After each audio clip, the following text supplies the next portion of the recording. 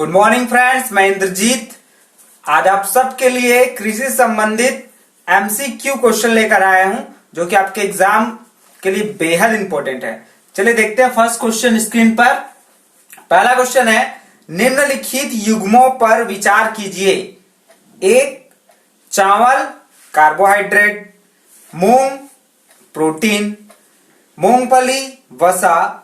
उपयुक्त में कौन सा सही सुमेलित है? ऑप्शन ए केवल 1 और 2, ऑप्शन बी केवल 1 और 3, ऑप्शन सी केवल 2 और 3, ऑप्शन डी 1, 2 और 3। तो देखिए क्वेश्चन आपको कंपेयरिंग करना है जो आपके ऑप्शन दिए हैं उनसे। देखिए क्या लिखा है, चावल कार्बोहाइड्रेट, मूंग प्रोटीन, मूंगफली वसा। तो इसमें फसल का नाम और उसमें क्या चीज ज्यादा पाया जाता है उसके बारे में बताया जा रहा है। तो देखिएगा चावल में कार्बोहाइड्रेट ज्यादा पाया जाता है, वैसे ही मूंग है, दाल है, इसमें प्रोटीन सबसे ज्यादा पाया जाता है। फिर आपका मूंगफली में वसा तेल। ठीक है, तो आपका राइट आंसर जाएगा ऑप्शन नंबर डी 1, 2 और 3। क्वेश्चन नंबर 2, पकने पर टमाटर का रंग किसकी उपस्थिति में लाल हो जाता है? Option A vitamin, option B carotene, option C lycopene, option D xanthophyll. तो इसका राइट आंसर हो जाएगा लाइकोपिन। लाइकोपिन के कारण जो आपका पकने पर टमाटर है वो रेड कलर का दिखाई देता है, लाल हो जाता है। ऑप्शन नंबर डी भी आप चेक कर लेंगे, क्या लिखा है, जेंथोफिल। तो कुछ कुछ जो पत्ते होते हैं उनका रंग पीला होता है, तो इसी के कारण है वो जेंथोफिल। अच्छा, और क्लोरोफिल के बारे में तो आप जानते ही हैं कि जो पत्ते हैं उनके हरे रंग क्लोरोफिल के कारण होते हैं, तो ये भी क्लियर है। क्वेश्चन नंबर 3, सोयाबीन में प्रोटीन की प्रतिशतता कितनी होती है? Option A 32%, option B 42%, option C 52%, option D 50%। तो देखिएगा सोयाबीन क्या है, एक आपका सोयाबीन से तेल निकलता है, ये आप पहले नोट डाउन करके रख लीजिएगा। तो इसका राइट आंसर हो जाएगा ऑप्शन नंबर बी 42%। सोयाबीन में प्रोटीन की जो प्रतिशत मात्रा होती है वो होती है 42%। जब इसकी तेल की बात की जाए सोयाबीन में तो ये 18 से 20% होता है आपका तेल। क्वेश्चन नंबर 4, सर्वाधिक कार्बोहाइड्रेट पाया जाता है? ऑप्शन ए मक्का, ऑप्शन बी गेहूं, ऑप्शन सी चावल, ऑप्शन नंबर डी ज्वार। तो इसका राइट आंसर है ऑप्शन नंबर ए मक्का। मक्का में सबसे ज्यादा कार्बोहाइड्रेट पाया जाता है। इसके बाद क्वेश्चन नंबर 5, बहुचर्चित रोग ब्लास्ट, झोंका भी बोलते इसको, किस फसल से संबंधित है? ऑप्शन ए धान, ऑप्शन बी गेहूं, ऑप्शन सी ज्वार, ऑप्शन डी मूंग। तो इसका राइट आंसर है ऑप्शन नंबर ए धान। धान में ब्लास्ट लगता है, ये जो किसान है वो आपको बहुत अच्छे से बता सकते हैं। Question number 6, DAP di ammonium phosphate उर्वरक में नाइट्रोजन का प्रतिशत होता है? Option A 46%, option B 26%, option C 16%, option D 30%। तो इसका राइट आंसर है ऑप्शन नंबर सी 16%। जो आपका डीएपी होता है, डीएपी खाद का नाम है, इसमें 16% आपका क्या होता है, नाइट्रोजन होता है। अच्छा, इसी में यदि फास्फेट का परसेंटेज पूछा जाए तो 46% आपका क्या होता है, डीएपी खाद में फास्फेट का परसेंटेज होता है 46%। ये भी आप नोट डाउन करके रखेंगे, बेहद इंपॉर्टेंट है। फिर नेक्स्ट क्वेश्चन है क्वेश्चन नंबर 7, मृदा अपरदन को बढ़ावा देने वाले फसल हैं? ऑप्शन ए चना, ऑप्शन बी मसूर, ऑप्शन सी मटर, ऑप्शन डी मक्का। तो इसका राइट आंसर हो जाएगा ऑप्शन नंबर डी मक्का। मृदा अपरदन के लिए ये उसका कारक है मक्का। क्वेश्चन नंबर 8, अनाज भंडारण में निम्नलिखित में से किसका प्रयोग जैव कीटनाशकों के रूप में किया जाता है? फर्स्ट नंबर है आपका नीम की पत्ती, दूसरा आपका हल्दी और तीसरा है नील हरित शैवाल। तो इसके कूट देख लीजिएगा। ऑप्शन ए 1 और 2, ऑप्शन बी 2 और 3, ऑप्शन सी केवल 2, ऑप्शन डी केवल 3। तो देखिएगा क्वेश्चन हमारा बोल रहा है जो अनाज हम भंडारित करते हैं, रखते हैं घरों में, उसका प्रयोग जैव कीटनाशकों के रूप में किया जाता है, ऐसा आपका क्वेश्चन है। तो भाई आप जानते हैं प्राचीन काल से ही नीम की पत्तियों का यूज किया जा रहा है कीटनाशकों के रूप में। अच्छा, इसमें तीसरा नंबर में लिखा है नील हरित शैवाल, तो ये जैविक खाद है। तो देखिए इसका राइट आंसर हो जाएगा ऑप्शन नंबर ए, पहला और दूसरा, क्योंकि आपका नीम की पत्ती तो आना ही है और साथ में हल्दी। तो इसका राइट आंसर हो जाएगा ऑप्शन नंबर ए। क्वेश्चन नंबर 9, सोसाइटी द्वारा किसानों को बुआई के लिए किस प्रकार का बीज दिया जाता है? ऑप्शन ए प्रजनन बीज, ऑप्शन बी आधारीय बीज, ऑप्शन सी प्रमाणित बीज, ऑप्शन डी सत्यापित बीज। तो आपका राइट आंसर हो जाएगा सोसाइटी से आपको क्या मिलता है?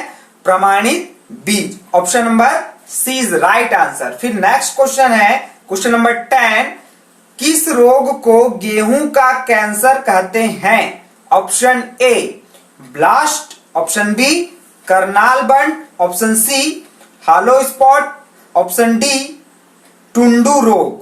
तो इसका राइट आंसर हो जाएगा आपका, गेहूं की कैंसर की बात हो रही है तो ऑप्शन नंबर बी करनाल बंट, जो कि एक क्या है? फंगल वाला डिसीज होता है। ठीक है।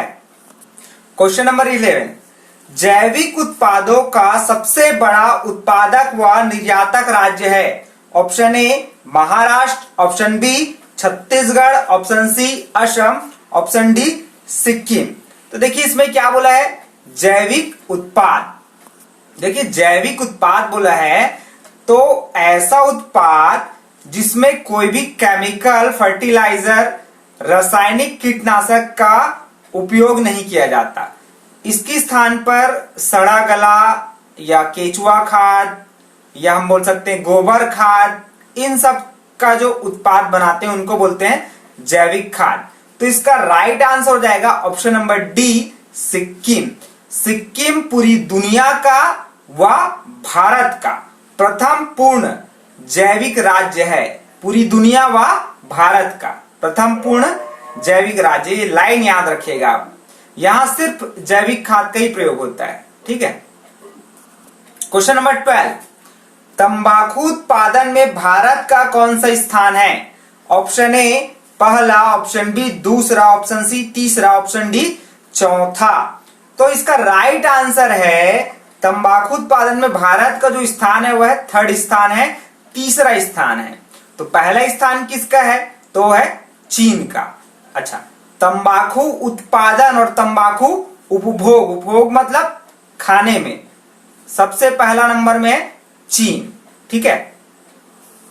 क्वेश्चन नंबर 13, जैविक खेती के लाभ हैं। पहले नंबर्स को देख लेंगे। पहला नंबर है आपका मृदा की जलधारा क्षमता बढ़ती है। फिर दूसरा है वाष्पीकरण में कमी आती है। फिर तीसरा सूक्ष्म जीव बढ़ते हैं। चौथा पर्यावरण संरक्षण। पांचवा कृषि के दुष्चक्र से मुक्ति। अब इसके ऑप्शन को चेक करेंगे। Option A 1 2 3, option B 2 3 4, option C 1 2 3 4, option D सभी सही है।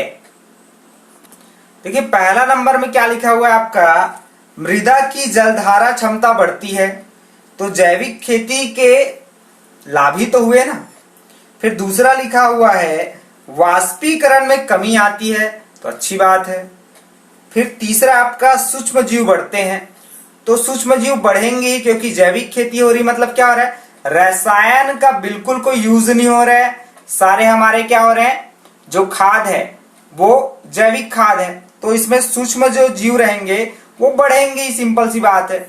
फिर है आपका चौथा पर्यावरण संरक्षण।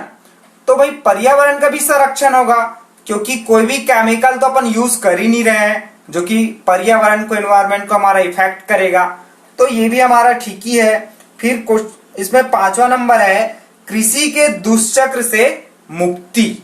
ये देखिएगा आप, देखिए जब हम रासायनिक खाद का प्रयोग ही नहीं करेंगे तो क्या करेंगे, किसान अपने घर का गोबर या केचुआ खाद इन सब का यूज करेगा, इसको तो वो स्वयं ही बना लेता है, तो इसमें कहीं खर्च होनी नहीं है, तो किसान का जो लागत खर्च है वो बहुत कम हो जाएगा।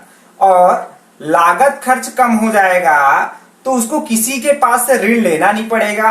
अब ऋण नहीं ले रहा है तो किसान किसी भी दुष्चक्र में फंसेगा, क्यों? क्योंकि वो किसी से ऋण ही नहीं ले रहे, क्योंकि जो खेती करना अगर महंगा हो गया तो भाई महंगा हो गया तभी तो किसान जो है कर्ज लेता है, और कर्ज लेता है तो वो दुष्चक्र में फंसता है।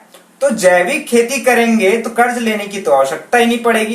तो देखिए आपके सारे चीज मैंने आपको क्लियर करा दिए, पांचों के पांच, तो आपको इससे पता चलेगा कि जैविक खेती के सारे लाभ ही हैं। तो इसका option number D is right answer सभी। क्वेश्चन नंबर 14, भारत में जैविक खेती की चुनौतियां है। ऑप्शन ए सब्सिडी का अभाव, ऑप्शन बी सरकारी संस्थागत समर्थन का अभाव, ऑप्शन सी उत्पादों के प्रमाणीकरण की प्रक्रिया का कठिन होना, ऑप्शन नंबर डी सभी। तो देखिए एक एक चीज मैं आपको क्लियर करा रहा हूं। देखिए सब्सिडी का अभाव, तो आप देखेंगे रासायनिक जो आपके खाद हैं, यूरिया, पोटास, ये सब खाद में क्या करता है गवर्नमेंट, सब्सिडी देता है, लेकिन जैविक खाद में ऐसी कोई भी सब्सिडी का व्यवस्था नहीं है, तो सब्सिडी का अभाव ये हमारे लिए एक चुनौती हो गई। फिर है आपका ऑप्शन नंबर बी सरकारी संस्थागत जो आपके समर्थन है वो तो बिल्कुल उनका अभाव है, गवर्नमेंट इसमें बिल्कुल हेल्प नहीं कर रही है, बस बोल रही है। ऑप्शन नंबर सी उत्पादों के प्रमाणीकरण की प्रक्रिया का कठिन होना। तो देखिए जो भी उत्पाद बना रहे हैं ये तो सबसे कठिन जो चुनौती है यही है, क्योंकि जैविक खाद यदि अपन बना रहे हैं तो उसको आपने तैयार किया, अब उसको प्रमाणीकरण करने के लिए आपको भटकना पड़ेगा, मतलब प्रक्रिया जो है बहुत जटिल है, तो इसको सरल करने की आवश्यकता है गवर्नमेंट को। तो सभी चुनौतियां हमारे लिए, तो option number D is right answer हो जाएगा हमारा। क्वेश्चन नंबर 15, केंद्र सरकार द्वारा 2022 तक किसानों की आय दुगुना करने का लक्ष्य किस वित्त वर्ष में रखा गया? Option A 2014-15, option B 2015-16, option C 2016-17, option number D 2017-18। तो सेंट्रल गवर्नमेंट के द्वारा ऑप्शन नंबर डी 2017-18 में किसानों का आय दुगुना करने के लिए लक्ष्य रखा गया है। क्वेश्चन नंबर 16, कृषि सहायक क्रियाओं में शामिल नहीं है। ऑप्शन ए पशुपालन, ऑप्शन बी जलीय कृषि, ऑप्शन सी ए व बी दोनों, ऑप्शन डी इनमें से कोई नहीं। देखिए क्वेश्चन क्या बोला है, कृषि सहायक, मतलब जो हमारे कृषक है, किसान है, वो कृषि के साथ साथ और भी बहुत सारे काम करते हैं। तो आप देखेंगे ऑप्शन नंबर ए पशुपालन। पशुपालन मतलब ये भी किसानों का एक काम ही है। आपका क्या काम है, किसान जो है कृषि के साथ साथ पशुपालन भी करते हैं। किसान गाय, भैंस, बकरी, भेड़ ये सब का पालन करते हैं। फिर ऑप्शन नंबर बी आपका जलीय कृषि, तो जलीय कृषि में क्या आएगा आपका, मछली पालन आएगा। तो देखिए हमको बोला है शामिल नहीं है, तो इसका राइट आंसर हो जाएगा ऑप्शन नंबर डी, क्योंकि ए और बी दोनों तो शामिल ही हैं। तो ऑप्शन नंबर डी इनमें से कोई नहीं right answer. Question number 17, Chhattisgarh में कितना प्रतिशत कृषि भूमि मानसून पर निर्भर है? Option A 37%, option B 63%, option C 25%, option D 36%। तो देखिए इसमें पूछा है कितना परसेंट मानसून पर निर्भर करता है, तो जो सिंचित भूमि है वो पहले जान ले। तो 37% जो भूमि है वो क्या है, सिंचित भूमि। तो 100% में 37% आप माइनस करेंगे कितना आएगा, 63%। तो option number B right answer जो आपका 63% बचा वो क्या आपका मानसून पर निर्भर करेगा। बाकी सिंचित भूमि तो क्या है, यदि पानी नहीं भी गिर रहा है तो क्या करेगा, वो कवर कर लेगा, क्योंकि वहां क्या है, नलकूप वगैरह की व्यवस्था है, तो वहां से पानी मिल जाएगा। क्वेश्चन नंबर 18, धान के लिए उचित भौगोलिक परिस्थितियां है। ऑप्शन ए, तापमान 25 से 30 अंश सेल्सियस के मध्य। ऑप्शन बी, वर्षा 125 से 150 सेंटीमीटर। ऑप्शन सी, मिट्टी लाल पीली। ऑप्शन डी, सभी सही हैं। तो धान के लिए बात हो रही, तो धान के लिए सभी कंडीशन अप्लाई होंगे, तो आपका राइट आंसर हो जाएगा option number D. Question number 19, Chhattisgarh में धान बुआई की कौन सी पद्धति सर्वाधिक प्रचलित है। ऑप्शन ए, रोपा। ऑप्शन बी, छिटवा। ऑप्शन सी, ए व बी दोनों। ऑप्शन डी, इनमें से कोई नहीं। तो देखिए, जो छत्तीसगढ़ की बात हो रही है, तो 63% जो भूमि है वो तो मानसून के ऊपर डिपेंड करता है। तो भाई सिंपल सी बात है, अगर वो सिंचित नहीं है तो हम उसमें रोपा तो लगा नहीं सकते हैं। तो option number B is right answer, छिटवा।